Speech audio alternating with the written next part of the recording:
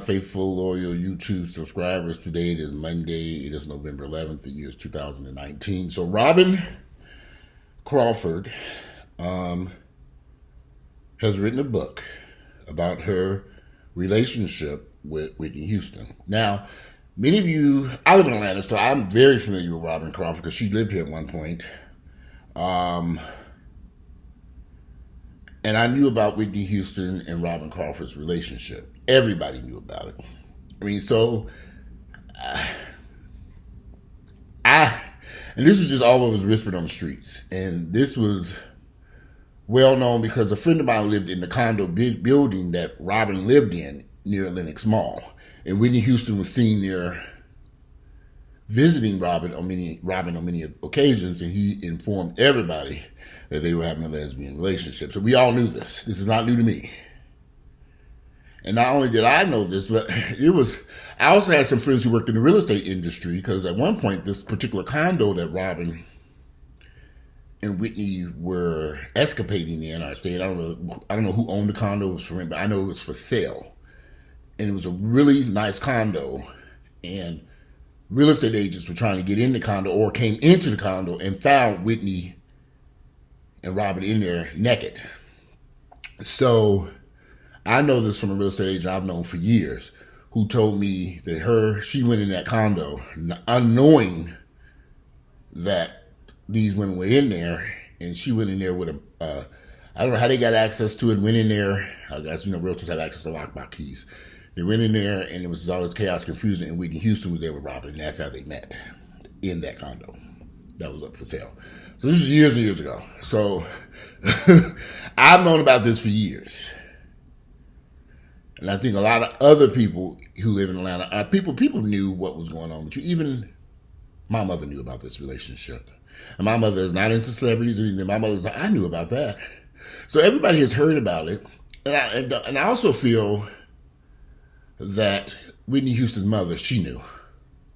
They all knew. Bobby knew, Whitney, they all knew about this relationship between Whitney Houston and Robyn Crawford. But it's new to a lot of other people, are just finding this out.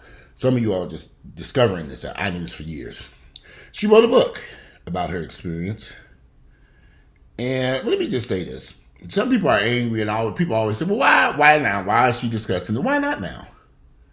Why not? Why can't she just discuss a very loving relationship she had with someone that she cared a lot about? What harm is he doing at this point? Now we're really learning the truth about Whitney, and I love it, because I knew this was true, and the question keeps coming up: would Whitney be alive now had she been able to continue that relationship and not have married Bobby Brown? Nobody knows the truth of that. That's just speculation. We don't know what may have happened with Whitney, because her issues were far greater than her relationship with Bobby Brown. Because we all know Whitney Houston's drug problem started long before she met Bobby Brown, and it's been going on for years. So the book, I was trying to get the name of the book, because A Song for You. I think it's called A Song for You. And I saw the interview this morning, and I was amazed by the interview. The interview was very, very well. It was on NBC News today. You probably can see it on NBC. Whitney Houston's best friend, Robyn Crawford, opens up about their intimate relationship.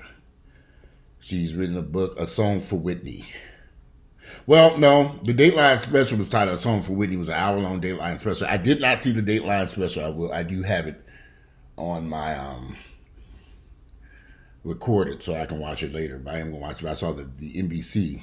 So Thursday, there was the Dateline special was A Song for Whitney. I'm trying to think, when will it air? So it must have already aired. Yeah, so yeah, it aired, because I didn't see that particular interview. And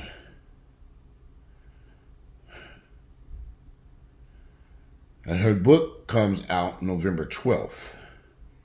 A Song for You, My Life with Whitney Houston. So that book comes out tomorrow. And it pulls back the curtain on Houston's 3-decade career and offers her first-hand accounts of the late singer's triumphs and triumph. They were friends since they were 16 years of age. They first met when they were just shy of 17, so they were 16 years of age when they met. Our friendship was a deep friendship, and the early part of that friendship was physical. Crawford said no one else knew about the romantic aspect of their relationship. I knew, and everybody else knew. So,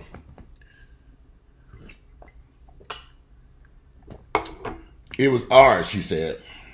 And the intimacy of physical didn't stop before Houston's rise to fame in the early 1980s, and that's not true.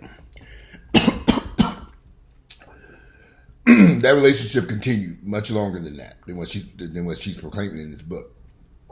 So, and then they may have continued the relationship and not have been physical.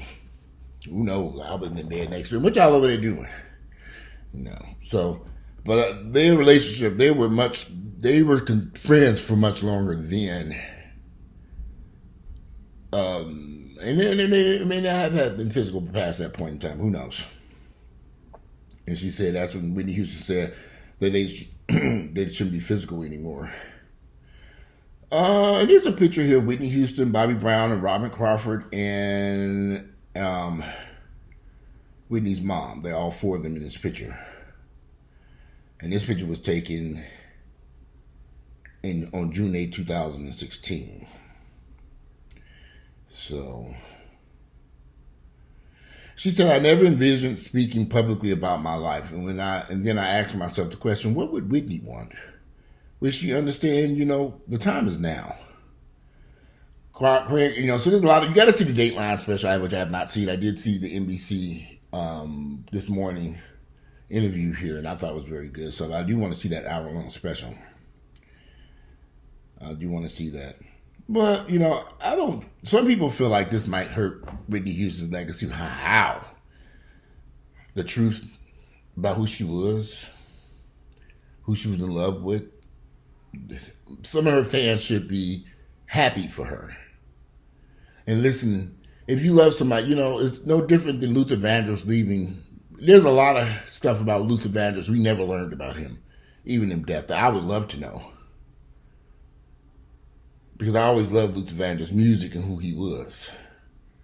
Some of you all that might be some of y'all, that was a long time ago. But I would love to have known some of the personal aspects of Luther Vandross' life. So to understand Whitney Houston and to hear about her personal love affair with Robyn Crawford, to me, I'm very interested in reading the book, although I might not buy the book. I might read it, though. I don't know.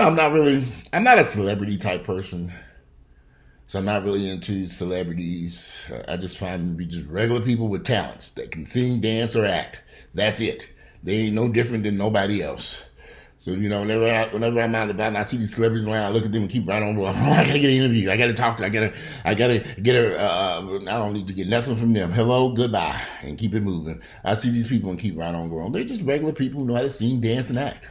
That's it. Or throw a basketball, or throw a baseball, or dribble a basketball very well, and they make a living with it. Some people go crazy over these celebrities. I don't.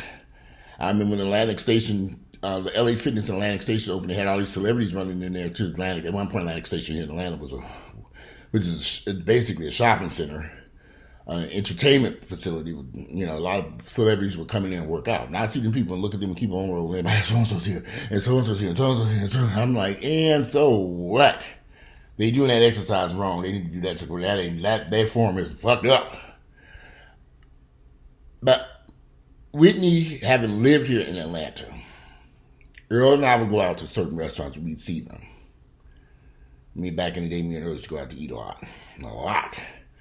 And we don't go out that often as we used to. But back then, I don't even know why we even had a stove in the kitchen, because we was out every night eating someplace. We were someplace, and we would see Whitney Houston and Bobby Brown, drunk, high, loud, laughing. We would just be looking like, you couldn't help but stare, because it's like they were making so much noise in the restaurant. You'd be like, what is going on over there? And so it just got to the point that we go someplace and say, we would hear them. And I said, I know that laugh. I'm like, that's Whitney. And we're like, yep, that's Whitney Houston. And they were always, we lived in Buckhead, so we were right near Lenny's Ball. They were always up near the Palms for some reason. The hotel called the Palm, the restaurant called the Palm. What is the name of that hotel? I can't think of the name of that hotel, but they were always there. And we would see them up there. And we would see their daughter too. So they went a lot of places with her. But anyway, I just wanted to talk about that. I thought that interview today was very well. I can't wait to see the 1 hour special. I might watch it later on today since I'm going to be home. When I get back from the gym, we're going to go do some cardio. It's hard to believe it's been 1 week ago that I did that bodybuilding competition, which it felt like it was several weeks ago. But it just dawned on me this weekend. I said, that was last Saturday. So this Saturday, I said, it was a week ago. But it felt like that competition wore me out. It took me days to get back to normal. It took my stomach a while to get back to normal because when you go through being ready for competition, your diet is very strict. And it was certain things I couldn't eat. So when I went back to trying to eat my normal diet, I had to take my time to get back to normal. But last night I had some Fat Max ribs, baby. My stomach back to normal now. I tore them ribs up. I had some Fat Mac ribs. I went by Subline Donuts and had me some donuts. I got a few. I'm going to have another one. I better be careful so I can gain that weight back. But I'm still clocking in at 220. So we'll see how long that lasts. We shall see. But anyway, I really enjoyed this interview this morning with Robyn. Robyn is a very intelligent woman, too. So I really want to see that Dateline interview, but I want to hear you all's thoughts and opinions. What you think about Robyn Crawford and Whitney Houston's relationship, and should it have remained a secret? Ooh, can I just send me some money? So, let me know your thoughts. And if you all see the interview, the Dateline interview, let me know. I'm going to try to check it out today. Anyway, today it is a short video because I got to get dressed and get to this gym so I can get back here. Today it is Monday. It's November 11th. The year is 2019. And I will be checking back in with y'all later. I want to do a review of the movie I saw called Dr. Sleep over the weekend, which is part 2 to my all-time favorite movie, The Shining, with the original movie with Jack Nicholson in it. So this was supposed to be the follow-up to that movie 30 years later. And it was, to me, a very good movie. Nothing can come as close as the original Shining, so you already know that. But this was a very good movie that I enjoyed, and I look forward to talking about it. So I'm going to talk about that later on this afternoon. So anyway, get out of here and enjoy your Monday. It's a beautiful Monday morning. It's kind of chilly outside. Dress warmly. Get to the gym. Get to work. Get to some coffee. Enjoy your day. I'm out of here. Today is Monday, November 11th. The year is 2019. I'm out of here. Enjoy your Monday.